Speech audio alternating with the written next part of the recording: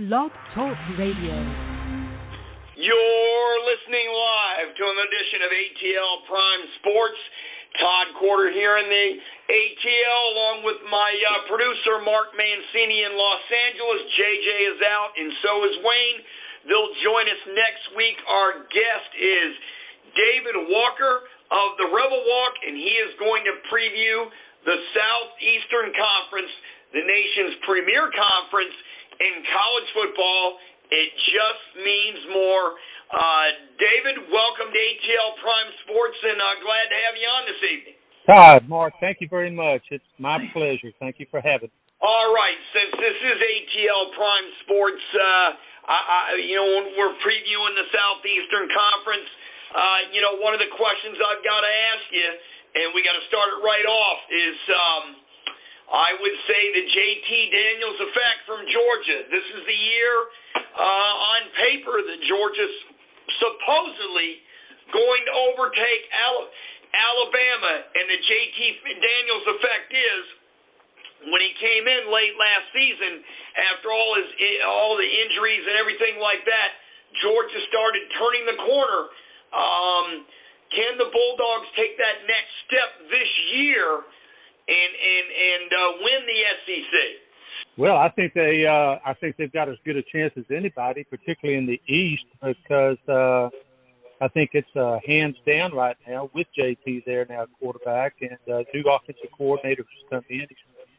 He's shaking things up. I think that Georgia's hands down the pick in the East, and so it remains to be seen if they can overtake the Crimson Tide. But I know everybody over there in Georgia is really thinking that this might be the year that Kirby can get, and quite possible.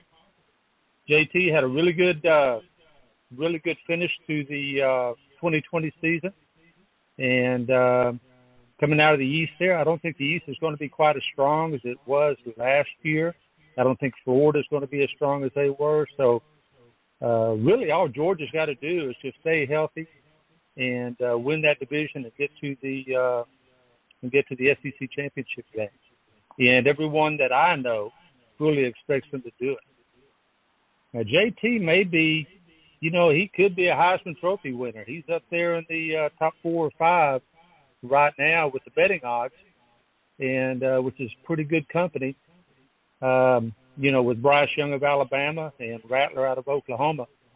So, and with the, I think, opening up the offense like I have a feeling that they're going to do, Kirby's been one of the mainstays of a conservative type offense, something like what Jimbo runs at A&M. And I think he has found out that, to get any further in the playoffs and to win it all, you just got to have an excellent passing game. And I think that's what they're going to be concentrating on, particularly early in the season, but then again throughout the season. And JT Daniels is highly regarded. And Georgia, of course, is the odds-on favorite to win the East. So we could be seeing an Alabama-Georgia showdown again for that SEC championship and a trip to the Final Four. You know what? Just switching over to the other side of the ball, David, the secondary for Georgia, it was gutted by graduations, early departures, and transfers. We all know that the receiver corps is talented. Of course, we've got the George Pickens injury to deal with, does Georgia. You're right. It's going to be about that passing offense for Georgia, and also it's going to be about defending the pass. Yeah, I was looking at some statistics today and really came across one that I found to be particularly interesting, and that was third down conversion for last season. And I saw that Alabama was number 1 in third down conversions. And that struck me as, well, they've done it before. They're usually really high in third down conversions and also really high in the red zone percentages. But I got to looking and I saw that on third down conversions defensively, Alabama ranked 77th in the country. So, you got to turn that around. You got to look at it as Well, shoot, you have Alabama winning the national championship with the number 77 third down conversion defense. I mean, that's incredible. So I think what it tells you is that the offensive side of the ball, and I think Nick Saban has already made this comment, the offensive side of the ball is where you've got to really excel, because the way defenses are today, it's not like the old 3 yards and a cloud of dust mentality. You've got to have some real athletes right there who can play and who can run. And I think that the defense probably has a little bit less importance at this point in time for a Georgia football team than its offense does. Hey, David, you know what? And we're going to find out how really good Georgia is right out of the gate, because they play Clemson in Charlotte to start the season. That right there, we're going to see how good each team is, and each team can probably afford a loss as long as they pretty much run the table the rest of the way. But what an awesome test, not only for Georgia and Clemson, but for the SEC and the ACC, and then, of course, what an awesome treat it is for all college football fans to be able to witness that matchup right away. Man, is that going to be fun? I guess it's probably the best weekend. I was looking today at the lines, the betting lines that have come out, and Clemson, I think, was 4-point favorite, and it's down to 3.5 now. So Georgia, people are liking Georgia in that game. And if the game is anywhere close to that spread where we're looking at a, game-winning field goal at the end, I mean, what is it like that will be to open the 2021 season, right? So, and like you say, Todd, I mean, we're talking about the SEC and ACC, and the way things are starting to pan out, it looks like those are going to be the two super conferences. And no disregard for the Big Ten, of course, but the ACC and SEC opening up this season as they are, with a marquee football game for everyone, it's just going to be wild. It's going to be electric, and I can't wait for that game to actually the first weekend. But I'm really looking forward to that football game. And the other one that I'm looking forward to is LSU and UCLA. I think that's going to be a really tight, somewhat explosive football game. LSU's in UCLA. That's just going to be a tremendous outing for both of them, and we're going to be able to see it a lot. I'm looking for the team like LSU of 2019. A team that comes from out of nowhere. Joe Burrow he wasn't first team preseason All SEC. He wasn't second team preseason All SEC. He was a 200-1 long shot to win the Heisman. LSU had no shot really at winning the national championship, and just went to Texas, won that first game in that SEC Big 12 matchup there in Austin. And it was lights out from there on for LSU. You just never know what coaching staff is going to come in, what quarterback is going to catch fire, what receivers are going to turn into truly great ones until we get going. And you can really tell a lot usually from that first game. So Georgia Clemson's big. Georgia Clemson is big. Really looking forward to that one. See what we have. David, Mark Mancini here, and so blessed to have you on for this great show, the ATL Prime Sports Podcast. When I look at Georgia, and I don't want to have, the Bulldogs come after me, but when I look at this program, I got to go back to where the bar was set with this program when Vince Dooley was running it. You had Buck Bellew and Herschel Walker there. And then ever since, this is just my opinion, it just seems to be it's been a bridesmaid trying to get past the Alabamas. Is that just dust in the wind that I'm throwing out there, or is that a pure fact that this team just has been chasing that squad ever since? Because that was a potent team back then when those three were there. It just seems like over the years, yeah, you win the conference, but you get in that championship game, and it's a different Georgia team that we've accustomed to seeing. Yeah, you've really got a point there, Mark. I mean, Georgia just seems to be kind of a hard luck team that just gets right on the brink and then just doesn't have quite enough to finish the deal. I remember Buck Bellew really well because I was a true freshman starter myself back in '73, and of course he and Herschel came a little while after that, after I was through playing ball, and I was always an SEC guy because I grew up in Louisiana, and I actually signed with LSU my SEC letter of intent before changing my mind to go to A&M. So when my career was over at A&M, I just got right back into the SEC because the Southwest Conference didn't really appeal to me. And then later the Big 12, which didn't either. So I've been an SEC guy my entire life, and I really enjoyed watching Buck Bellew play. And what was his number? Do you recall? Because it seems to me like it may have even been my number. But what was his number? We had outstanding football team. And I was number 8. I don't know what Buck was, but I was number 8. But he was I always tell everybody that the reason Steve Young wore number 8 was, because I was his idol. And that's really not true, but it's nice to throw out there. So it has been a while for Georgia. It's been a while for a lot of teams. And, we all saw Mississippi State win its very first national championship of any kind just a month or so ago in baseball. And just like LSU in 2019, I'll revert back to that. I mean, if you can come out and your coaching staff is on top of their game, and you have a quarterback and receivers who are on top of their game, then miracles happen.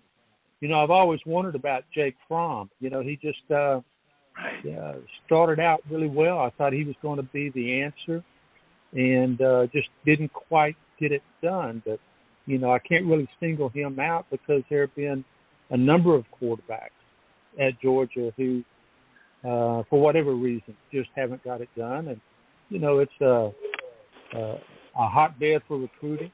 They got a beautiful campus. They do a lot of things right. They have a fan base that is rabid. And, their time's coming. There's no doubt. And I think they may want to get it done before Oklahoma and Texas going to the west and Alabama and Auburn going to the east, because that's going to present a whole different set of problems for them. Well, that'll be some interesting times. And speaking of some interesting times, Alabama will shift over to the Tide. They're literally going to defend their national title here in Atlanta when they play the University of Miami. And it seems like, David, this year it's going to start with Alabama's defense because the offense only returns 3 players, and they had massive losses. As you know, they had Mac Jones, the nation's most efficient passer, Najee Harris, arguably the most feared big play running back in the game, Devontae Smith, the Heisman Trophy winner and probably the most feared big threat wide receiver. They lost consensus All-Americans on the offensive line and Alex Weatherhood and Landon Dickerson. And, they lost the coordinator who called the shot, Steve Sarkisian, who's now at Texas. So, we're going to find out a lot about Alabama on opening night offensively. Their defense should be good, but the question is, how good will their offense be? Yeah, there's no doubt about that. And, Alabama is Alabama, and Nick Saban's Nick Saban. And, regardless of what their situation is on offense, they change coordinators about every year. And now they brought in another one. Of course, he's very familiar with the college game, having coached there for years before going into the NFL and with the Texans and so forth. And Bryce Young, they were talking about Bryce Young last year beating out Mac Jones for the starting job in preseason. And, of course, that didn't happen. And as you said, Mac Jones was number one all time in QBR. QBR has been kept since 2005 or so at the end of the year, and was a strong candidate for a Heisman Trophy. I don't think they're going to change anything offensively. They're going to have some new players. They're going to have new people to plug in there. That's going to give, with the defense that they have, they're going to have plenty of time to get that offense roaring again like they're accustomed to. Again, when you're number one in the country in third down conversions and you're doing something right, and I just don't think Nick is going to change anything at all with that offensive scheme that Lane Kiffin actually put in for him years back when he decided from watching Ole Miss, Hugh Freeze's offense, and watching A&M air raid that Sunderland was running. I remember Nick kind of complaining about the speed of the game and how it was bad for the players. And so he had to make a call and got Lane Kiffin in and told Lane, listen, I need to, can't beat them, join them. So that's what he's done. And it's just an amazing offense that they run there. It's a clinic every time they line up, with their tight ends or their flex ends or their, different sets and different packages that they use. And it's fun to watch. And I think it's kind of becoming the norm in college football now that you have to be a multiple offense. You've got to have different type receivers. Your tight end has to be a receiver. And Hugh Freeze started some of that when he was at Ole Miss. And kind of turned heads when he beat Alabama 2 years in a row. And, that kind of got things rolling.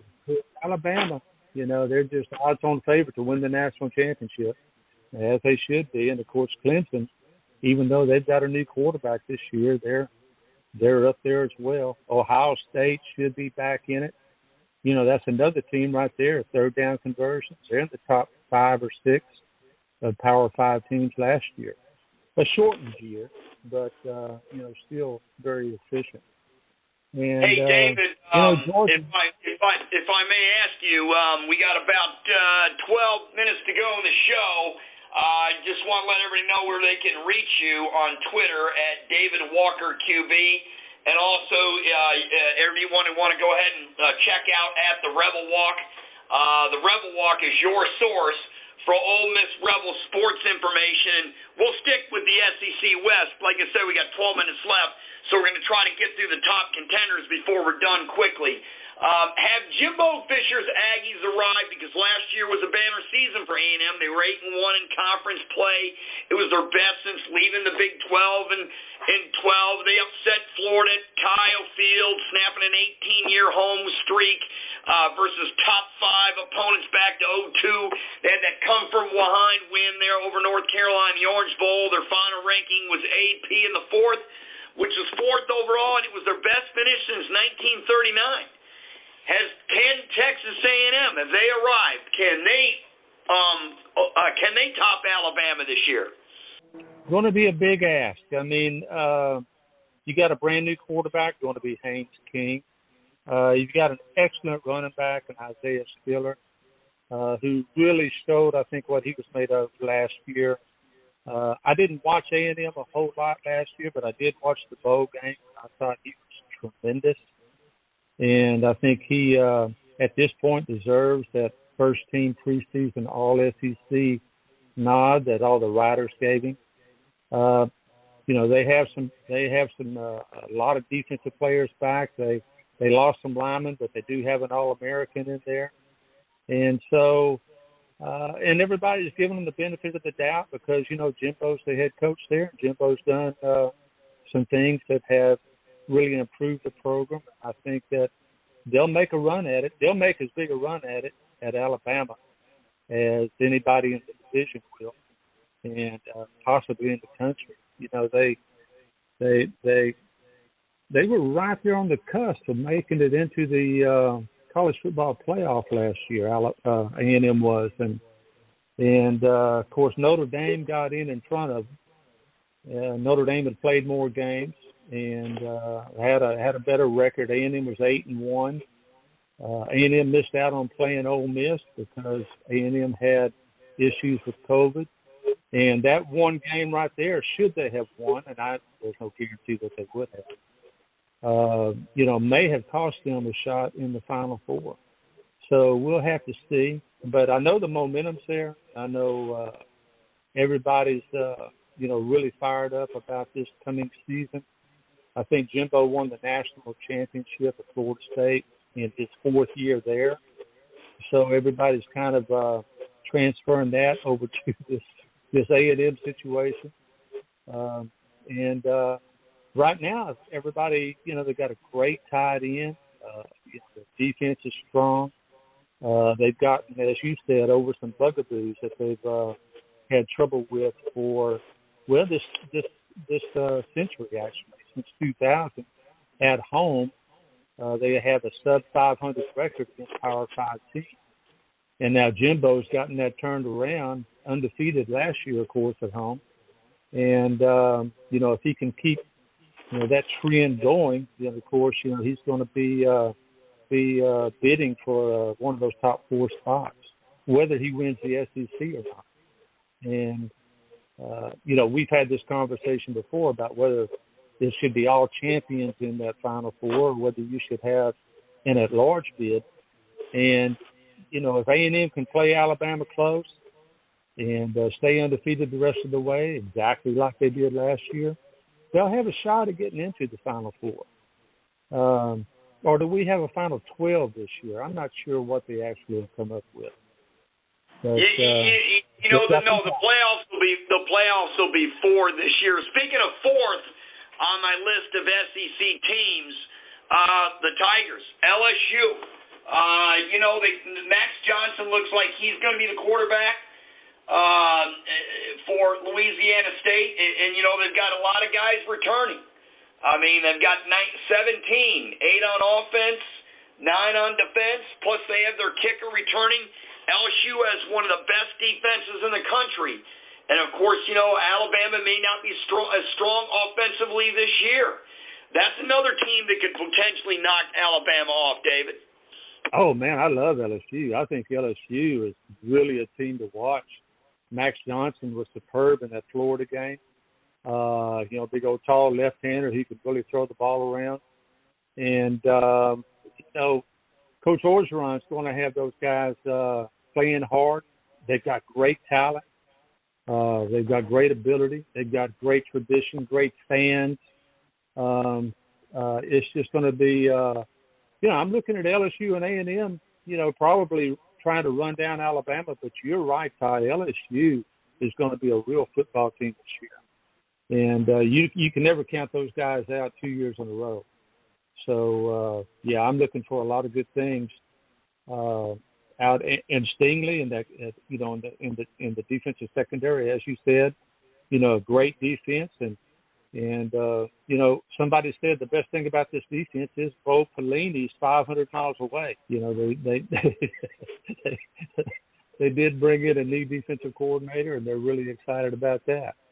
And, Joe Brady, who did so well as a passing coordinator in 2019 and then went to the NFL, 2 of his guys who come back from the NFL and are running that offense now. So they're going to be looking a lot more like 2019 than they did 2020. And that's going to be trouble for everybody. Speaking of trouble, this is my sleeper in the SEC. You're going to love the answer. I think it's Ole Miss, just a sleeper. They've got 8 returning on the offense. They've got Matt Corral. This kid could possibly win the Heisman at Ole Miss this year. The question mark is they only have 4 returning on defense. And if and they got DJ Durkin in as a defensive coordinator, one of the co-defensive coordinators, along with Chris Partridge. And DJ Durkin, wherever he's gone, defensively, his teams have done really well. Of course, the disaster at being the head coach at Maryland, that's another story for another day. But defensively, whatever this guy has done, at Michigan and wherever else, he's been very successful. So if he has this same kind of success, and Matt Corral takes that next step and Ole Miss. This is definitely a sleeper and a dangerous Lane Kiffin team who can put up between 40 and 50 a game. They've got a shot in the West, David. Yeah, you can't leave out Ole Miss, and I'm not saying that just because I cover them for the Rebel Hawk. We did an article just yesterday. It came out yesterday, I think, about Matt Corral and what he did last year. He was number 3 in QBR last year behind Mac Jones and Justin Fields, and both of those guys were first-round draft choices. He's the 4th SEC quarterback in history to lead the country in total offense per game. The other ones were Pat Sullivan of 1971, and he was a Heisman Trophy winner and a second-round draft choice. Then you had Grossman out of Florida lead the country in total offense. And he was a first-round draft choice and a runner-up for the Heisman. And the third guy who Matt Corral has now joined was, of course, Johnny Manziel. Johnny Manziel led the country in total offense per game. And he won the Heisman and was a first-round draft choice. So now we're looking at Matt Corral. He's in the company of 3 guys who are all first- or second-round draft choices, and we're all Heisman or runner-up. So, and he's coming back into this offense for the second year. They did not have a spring training a year ago. They had some preseason practice and stuff to get ready. But now he is totally focused, totally ready, has the same offensive coordinator, Jeff Levy, back, has the same head coach back. This is the first time he's ever been able to repeat offensive coordinators and offense. They've got a great receiving core. John Rice Plumlee has moved out to the slot receiver. It's just going to be an incredible offense to watch. And that's another game I'm looking forward to is them against Louisville. I think that's on Labor Day. I mean, that's going to be they're in Atlanta, and that's going to be just a tremendous matchup right there. But I think we're really going to see some electric offensive football out of this Matt Corral kid. He is ready to go. 30-1, I think, right now on the Heisman. So, you might be able to make a pretty good penny right there if you get in now before the season starts. And defensively, they lost Jacquez Jones, their leading tackler from last year. And, he went to Kentucky. He just thought he had a better shot at the pros playing for Kentucky. And that was the only reason that I know of. And, they're going to have to rebuild there. But, again, they have some great athletes and did some fantastic recruiting on the defensive line and the defensive front this year. So they're really looking forward to this season, both offensively. David, we got about a minute and a half left in the show. We got through about half the conference, so we should have you back on maybe next Friday if you'd like to come back on and we can talk about the rest of the conference. I believe next Friday is the 20th of August. It would be at 1 p.m. Eastern. I want to get to Auburn, and I want to get to Florida, and I want to get the rest because this conference is so deep.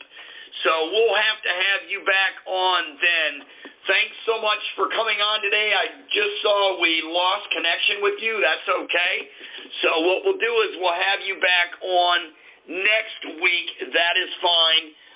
Works out perfectly. We'll talk about Auburn, Florida, South Carolina, Tennessee, and the rest of these really good football teams in the nation's best conference in college football. It's definitely the deepest, and it definitely is so top-heavy. Mark Mancini still here with me. Mark, looks like we got about 20 seconds left in the show. I just want to thank you for producing the show for Wayne today, and the crew will all be back next week. Hopefully we'll get David on next Friday to preview the rest of the conference. So our next show live on Blog Talk Radio will be next Friday at 1 p.m. Eastern. You can listen in blogtalkradio.com or 1-347-205-9631. That's part 1 of our Southeastern Conference football preview. We'll do part 2 on next Friday. Have a great week, everybody.